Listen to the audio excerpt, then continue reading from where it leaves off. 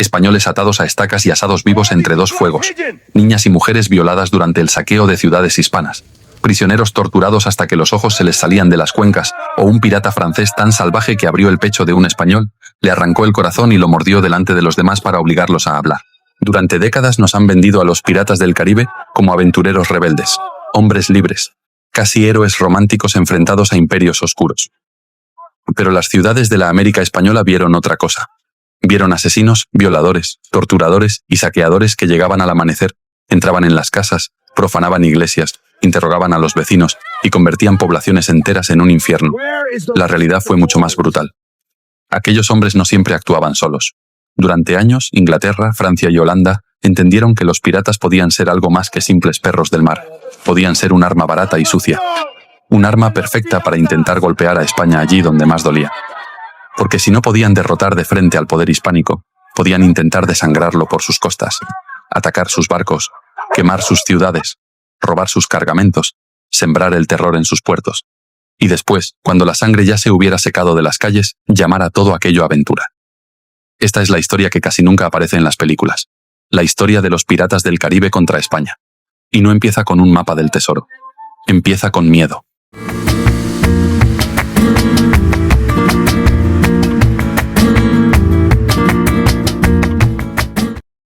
El Caribe era uno de los centros vitales del mundo hispánico. Era una inmensa red de rutas, puertos, islas, canales, bahías y costas casi imposibles de vigilar por completo. Por allí pasaban hombres, mercancías, noticias, oro, armas, alimentos, esperanzas y también amenazas.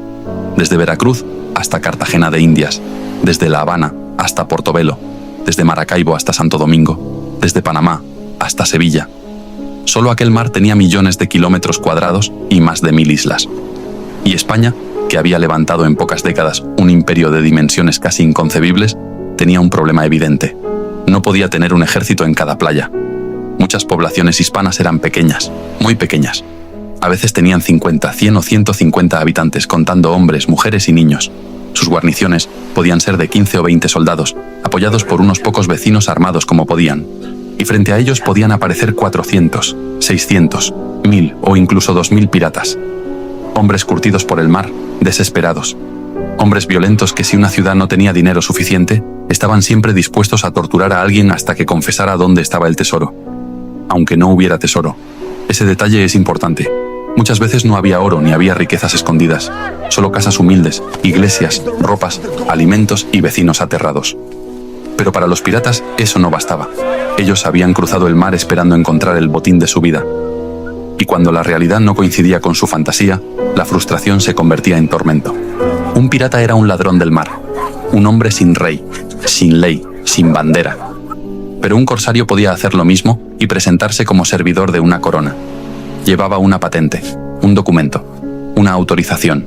Y con ese papel, el saqueo se convertía en política y el crimen se convertía en servicio a la corona. Si el golpe salía bien, el rey y los comerciantes se beneficiaban. Si salía mal, siempre se podía fingir que aquellos hombres eran simples aventureros descontrolados. Así funcionó durante mucho tiempo. Inglaterra, Holanda y Francia comprendieron que no hacía falta declarar siempre una guerra abierta contra España. Bastaba con soltar perros en el mar. Aquello no era libertad, era una economía del crimen. Primero estaban los piratas puros, ladrones sin permiso. Luego los corsarios, ladrones con autorización. Después llegaron los bucaneros. Y aquí la historia se vuelve más extraña. Porque los bucaneros nacieron como cazadores, hombres instalados en zonas apartadas de la isla de la Española, que cazaban ganado salvaje. Ahumaban la carne en parrillas de madera, la vendían a los barcos que necesitaban provisiones, y durante un tiempo aquello fue simplemente un negocio. Pero el Caribe transformaba a los hombres y aquel mundo estaba lejos de Europa. Y muchos de aquellos cazadores empezaron a vivir sin normas, sin rey, sin familia ni obediencia. Y cuando los españoles trataron de expulsarlos, muchos cruzaron hacia la isla de la Tortuga. Allí, el cazador se convirtió en bandido, y el bandido en pirata. Ese fue el nacimiento del filibustero, una mezcla peligrosa, parte bucanero, parte corsario, parte soldado irregular y parte criminal. Era algo más primitivo, más sucio y brutal, y tenían sus madrigueras. La primera gran guarida fue la Tortuga, una isla pequeña al norte de la Española. Apenas un pedazo de tierra separado por un canal estrecho. En apariencia poca cosa, pero tenía lo necesario para convertirse en un nido perfecto. Era difícil de controlar, fácil de defender. Estaba cerca de rutas españolas y ofrecía refugio a desertores, fugitivos, contrabandistas y hombres que ya no querían obedecer a nadie. La Tortuga empezó a producir hombres acostumbrados a vivir sin religión, sin ley, sin familia, sin patria y sin freno. Y de ese ambiente salieron muchos de los personajes más repugnantes de toda la piratería americana, como Roque el Brasiliano, un hombre nacido en Holanda, criado en el mundo brutal de las colonias y convertido en uno de esos capitanes que incluso entre piratas parecían monstruos. Según los relatos, durante sus borracheras, deambulaba por las calles como un maníaco. Podía arrancar un brazo o una pierna al primero que se cruzase con él, sin que nadie se atreviera a detenerlo. Pero lo peor lo reservaba para los españoles. En una ocasión capturó a varios hombres y les exigió que le mostrasen el camino hacia unas simples porquerizas que quería saquear. Ellos se negaron.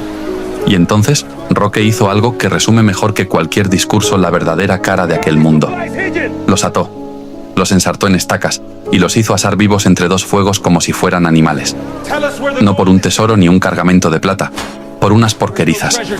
Ese era el nivel moral de muchos de aquellos hombres que hoy aparecen convertidos en símbolos de aventura. Y aún así, Roque el Brasiliano no fue el peor ni mucho menos, porque en aquel Caribe había nombres todavía más oscuros. Uno de ellos fue Edward Mansvelt. En 1659, Mansvelt llegó a Santiago de los Caballeros con unos 400 filibusteros. Era Viernes Santo, y la ciudad no esperaba el golpe. Antes del amanecer, mientras muchos vecinos seguían en sus camas, los piratas entraron, capturaron al gobernador, se apoderaron de la población y empezaron los interrogatorios. Querían saber dónde estaban los tesoros ocultos, pero la mayor parte de las veces esos tesoros no existían. Los piratas aplicaron torturas y humillaciones sin distinguir entre hombres y mujeres, jóvenes y ancianos, sanos y enfermos. La ciudad quedó convertida en una escena de terror, y por la noche llegó la bacanal con las mujeres y niñas. Hubo asesinatos, hubo violaciones, hubo torturas. Y hubo un hombre que fue desnudado y sumergido hasta morir dentro de un tonel de ron. Pero Mansvelt no se detuvo ahí. Años después cayó sobre Campeche con 17 embarcaciones y más de 1000 hombres. Frente a ellos apenas había 150 vecinos españoles, mal armados, incapaces de resistir mucho tiempo. La ciudad fue saqueada. Las iglesias sufrieron un pillaje exhaustivo. Las imágenes religiosas fueron acuchilladas y quemadas entre insultos. Los piratas llegaron incluso a desenterrar cadáveres de los cementerios para comprobar si en las tumbas había objetos de valor. Después quemaron las viviendas y las calles quedaron regadas con la sangre inocente. Ese fue el Caribe real, no el de los cofres enterrados bajo palmeras. El Caribe español era demasiado grande para defenderlo todo, entonces cada playa podía convertirse en una emboscada y cada ciudad hispana en una oportunidad. Pero esos hombres necesitaban refugios, lugares donde vender lo robado, reparar sus barcos, beber y planear el siguiente golpe. Así nacieron las madrigueras del Caribe. Pero la isla Tortuga no fue la única. La otra gran madriguera fue Jamaica, y su corazón más oscuro tuvo un nombre: Port Royal. Después de la conquista inglesa, Jamaica se convirtió en el gran nido de piratas del Caribe. Los comerciantes se enriquecían, los taberneros esperaban, y los filibusteros llegaban con sus barcos cargados de botín robado sobre todo a españoles. Port Royal era un puerto perfecto. Tenía una bahía segura, espacio para reparar barcos, almacenes, tiendas y una ubicación ideal para vigilar las rutas entre España, Panamá y el Caribe. En 1659 ya contaba con un fuerte y unos 200 edificios. Poco después empezó a ser conocida como la Sodoma del Nuevo Mundo. No era una metáfora suave. La mayoría de los hombres vivían de la piratería y las mujeres de la prostitución. Y en su época de esplendor, con unos 6.500 habitantes, llegó a haber una taberna por cada 10 vecinos. Allí el dinero duraba poco. Se sabe que un pirata podía gastar 2 o 3.000 piezas de A8 en una sola noche, y uno llegó a pagar 500 solo por ver desnuda a una prostituta. Después de cada saqueo, aquellos hombres entraban en Port Royal como animales liberados. Bebían, jugaban, compraban vino por toneles, se vestían con telas robadas, se cubrían de joyas, y en pocos días podían perderlo todo. Luego volvían al mar, porque no sabían vivir de otra manera. Y porque Inglaterra necesitaba todavía esos perros sueltos para golpear al mundo hispánico. Pero de aquellas madrigueras no salieron solo ladrones.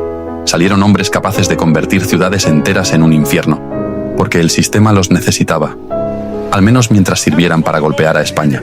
Y de ese mundo salió Henry Morgan. Morgan merece un vídeo entero, quizá más de uno, porque no fue solo un pirata, fue el ejemplo perfecto de cómo un criminal podía ser útil a una potencia y terminar convertido en personaje honorable. Atacó ciudades hispanas, usó la tortura como método. En Maracaibo, sus hombres quemaron cuerdas encendidas entre los dedos de los prisioneros. A otros les apretaban cuerdas alrededor de la cabeza hasta hacerles reventar los ojos. En Gibraltar encontraron a un pobre hombre, Sebastián Sánchez, que padecía una deficiencia mental y decía ser hermano del gobernador. Los hombres de Morgan lo colgaron y le quemaron hojas de palma junto al rostro hasta que murió tras una larga agonía. En Panamá, las mujeres y los niños fueron evacuados a tiempo en gran parte porque el gobernador comprendió lo que podía ocurrir si caían en manos de Morgan. Las pocas mujeres que permanecieron en la ciudad sufrieron el terror de los filibusteros. El saqueo fue inmenso. 175 mulas cargadas de oro, plata y joyas salieron de la ciudad, pero sus propios hombres recibieron una parte miserable. Morgan se quedó con la mayor parte. Y ese hombre sería tratado después como una figura respetable. Ese es el problema. No solo lo que hicieron, sino cómo fueron blanqueados. Cómo la literatura, la propaganda y el cine fueron convirtiendo criminales en aventureros. Otro nombre que llevó el horror a un nivel casi difícil de creer, ese fue el olonés. Jean David Nau, un francés de la Tortuga, uno de los hombres más salvajes que pisaron el Caribe. En 1668 capturó un barco español y ordenó cortar la cabeza a todos sus tripulantes. Después cayó sobre Maracaibo. Allí, según los relatos, hizo despedazar a un enfermo para obligar a los vecinos a revelar tesoros que ni siquiera existían. Antes de marchar hacia Gibraltar, asesinó a los españoles capturados. Las mujeres y niñas que cayeron en sus manos sufrieron la brutalidad de sus hombres. Luego vino Puerto Caballos. Y allí, su costumbre quedó grabada de forma siniestra. Cuando ponía a alguien en tormento y no confesaba, le hacía tajadas con el alfanje o le cortaba la lengua. 2 españoles sobrevivieron porque dijeron que los tesoros estaban en San Pedro. El olonés marchó hacia allí. La selva era cerrada, el camino casi imposible. Y entonces se encontró con un pequeño grupo de españoles. Tomó a uno de ellos, le abrió el pecho con la espada, le arrancó el corazón, lo mordió delante de los demás y les advirtió que haría lo mismo con ellos si no le mostraban el camino. Ese hombre no era un rebelde romántico ni un aventurero. Era la encarnación de una violencia que había perdido todo límite. El olonés llegó a San Pedro esperando riquezas. Encontró una población vaciada. Los vecinos habían huido y habían escondido cuanto podían. Durante 15 días, los piratas buscaron un tesoro que no aparecía, y al final se marcharon dejando detrás destrucción, tortura y muerte. Después empezaron las deserciones. El monstruo quedó cada vez más aislado. Perdió barcos, perdió hombres y terminó vagando por las selvas del Darién, hambriento, desesperado, alimentándose de sabandijas. Y allí, según la tradición recogida por los relatos, encontró su final. Sin embargo, fueron muchas más las veces en que los intentos terminaban en fracasos. En agosto de 1679, en las inmediaciones de Santiago de Cuba, el francés Frank Snay había llegado con 10 barcos y unos 800 hombres. Tras desembarcar, dividió sus fuerzas en 2 columnas, pero ambas acabaron perdiéndose en la selva. Una de ellas se encontró con un personaje conocido en Santiago llamado Juan Perdomo, descrito como un loco santiaguero, al que obligaron a actuar como guía. Poco antes de llegar a la ciudad, aquella columna se topó con la otra columna francesa, que también estaba desorientada. En ese momento, Juan Perdomo escuchó ruido entre la vegetación. Creyó que se trataba de un ejército español y salió corriendo gritando: «Santiago y cierra España». Al verlo correr con el puño en alto invocando al apóstol Santiago, los franceses de la otra columna pensaron que tenían delante una avanzadilla española y abrieron fuego. Durante varios minutos se dispararon unos a otros, causándose numerosas bajas hasta que Frank Snay consiguió detener la confusión. Y todavía faltaba lo mejor. Poco después, volvieron a oírse ruidos en la selva. Escarmentados por el ridículo anterior, los franceses decidieron esperar para no volver a disparar contra sus propios hombres. Esta vez sí eran españoles. Los soldados españoles salieron del bosque, abrieron fuego y los franceses comenzaron a caer mientras huían precipitadamente hacia sus barcos. La expedición de Frank Snay acabó convertida en un fracaso humillante. Y aún así, muchos de ellos terminaron premiados, protegidos o utilizados por los mismos poderes que después fingieron combatirlos. Porque llegó un momento en que las potencias europeas cambiaron de opinión. No por humanidad, no porque de pronto les horrorizasen las torturas o las violaciones, sino porque ahora ellas tenían colonias, rutas comerciales y barcos que proteger. Y lo que antes servía para golpear a España, empezó a convertirse en un problema. Los piratas dejaron de ser útiles y se convirtieron en basura. Los puertos que antes los recibían empezaron a cerrarles las puertas. Las coronas que antes se beneficiaban de sus crímenes empezaron a colgarlos. Los viejos perros del Caribe se quedaron sin amo y sin guarida. Muchos acabaron ejecutados. Otros huyeron hacia el Pacífico, hacia Norteamérica, hacia África o hacia el Índico. Algunos se convirtieron en leyenda. Pero la leyenda no debe confundirnos, porque la piratería no destruyó el Imperio español. Lo hirió, lo acosó, lo obligó a defenderse en todas partes, pero no lo quebró. Durante más de 2 siglos, España mantuvo abiertas sus rutas atlánticas, levantó fortalezas, organizó convoyes, sostuvo la comunicación entre Europa y América, defendió puertos, virreinatos, ciudades y flotas en un espacio oceánico casi imposible de dominar por completo. Y aunque hubo golpes muy duros, como la captura de la flota de Nueva España por Piet Hein en 1628, lo cierto es que el sistema español resistió mucho más de lo que sus enemigos habrían querido admitir. Por eso, la próxima vez que veas a un pirata convertido en símbolo de aventura, recuerda lo que muchas ciudades de la América española vieron realmente. No héroes, sino criminales usados por potencias rivales para golpear a España allí donde más dolía. Y este solo ha sido el comienzo, porque todavía queda contar la historia de Henry Morgan, el saqueador de ciudades hispanas que Inglaterra terminó premiando, y la de tantos otros. Y la de la Tortuga, la isla donde aquel infierno tomó forma. Dime en comentarios cuál quieres que sea el próximo, y si este vídeo te ha parecido necesario, suscríbete al canal. Ahora mismo, apoyar este proyecto importa más que nunca.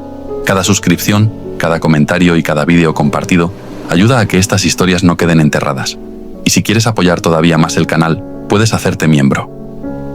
Es una forma directa de ayudar a que sigamos contando la historia del mundo hispánico con la fuerza, la seriedad y la memoria que merece.